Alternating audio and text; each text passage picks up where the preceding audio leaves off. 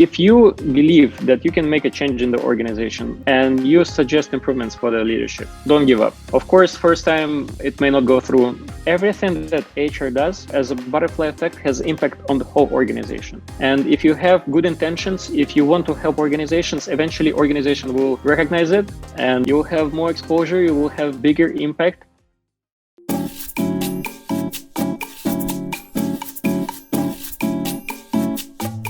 Welcome everyone to this new episode of HR Lunch Break. I am your host, Denise, and today we'll talk about how to empower your human resource in Vietnam.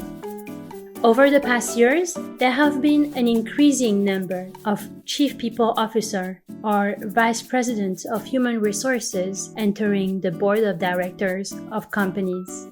Human resource in Vietnam is transforming slowly from being an operational function into a strategic department. This year, strict lockdown in Ho Chi Minh City has accelerated the transformation. Companies are putting more and more effort in upskilling their people and helping them to grow.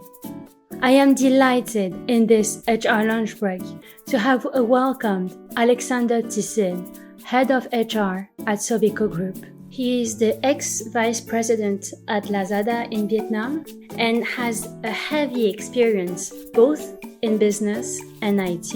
In this episode, you will learn a new way of seeing human resource today in Vietnam and in Southeast Asia.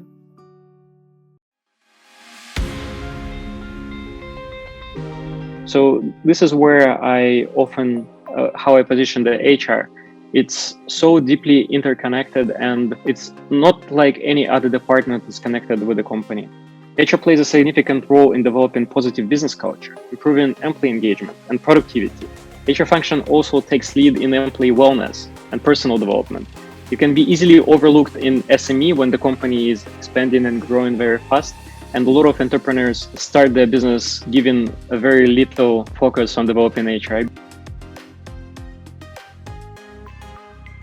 In the beginning, it looks very simple, but going forward more and more, we get deeper understanding of the business and impact of the people on the performance of the business.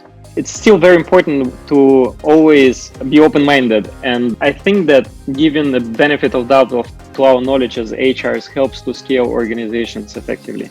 It doesn't matter if the company is based in Vietnam or Singapore or Malaysia. The impact of each HR team on their internal business team is huge.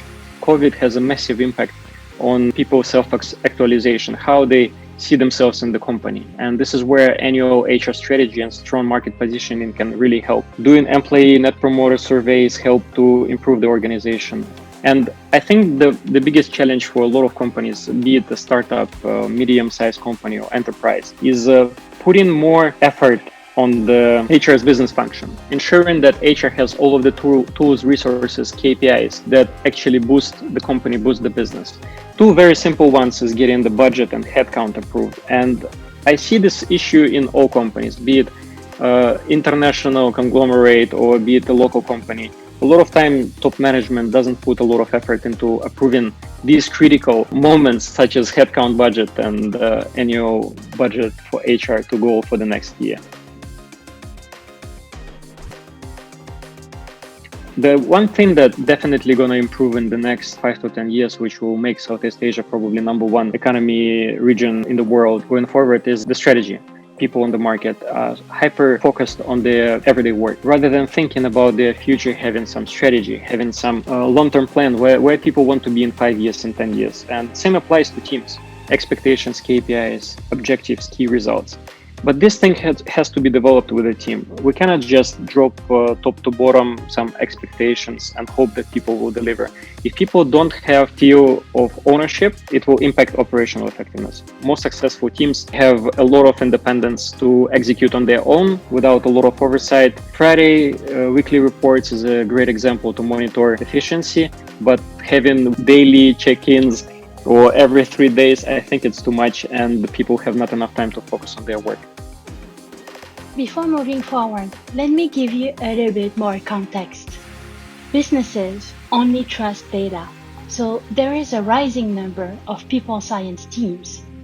Their mission is composed of 4 things: collect data every 2 to 3 months among companies, map internal relationships within a company, then they analyze these data. Finally, based on those data, they optimize operations in order to boost the performance of the company. Then they repeat this process in order to keep an updated database on their employee loyalty. It's very important to have this transparency where leadership empowers HR to drive the change and collect data. And when HR comes up with some sad or unexpected results, management shouldn't hide somewhere and say that it's a single event, so we will not do anything with this. It's very important that management provides empowerment to HR collects data, and employees feel trust so they can share about challenges openly rather than after 5 years and the lawsuit. In order to illustrate the power of people science, Aleksandr gave us 2 examples. While most of the unproductive teams have 1 or 2 people who interact with everybody else, and a lot of other team members, they don't feel valued or they have limited impact on the whole team performance because they basically have no choice rather than to stay passive. This is a great example of people science where we do a research of how our employees are interacting with suppliers and business partners. And this slide is perfectly representing a very critical risk for the organization, such as corruption, where only one person is connected to a partner. It creates the situation where if the person leaves the company, the organization will be basically cut off from the supplier or business partner, or there can be some under the table deal between these people, and because there is a lack of transparency of interaction between organizations. And basically the whole point of audit is to provide more visibility on interaction between 2 individuals, but modern organizations and technology companies, they have much more fluid interaction with third parties and providers where there is much more transparency. So this is one of the things which organizations can look into. As for the second example, here is how data for siloed teams look like.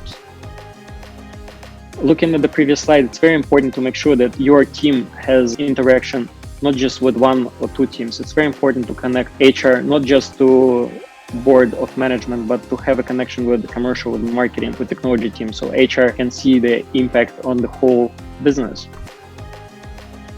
To sum up, there are 3 takeaways to empower your HR in Vietnam, according to Aleksandr.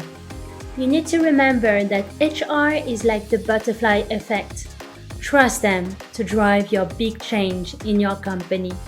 Then, define the HR budget and headcount as soon as possible. And finally, as businesses only trust data, launch surveys among your employees.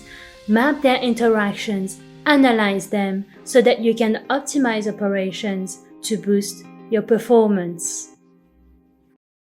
Thank you everyone for watching this HR lunch break highlights. This is brought to you by TYDE for the business and HR community in Vietnam and in Southeast Asia. We help people better collaborate, motivate, and inspire others by providing training programs that fit your needs in communication, leadership development, and employee experience.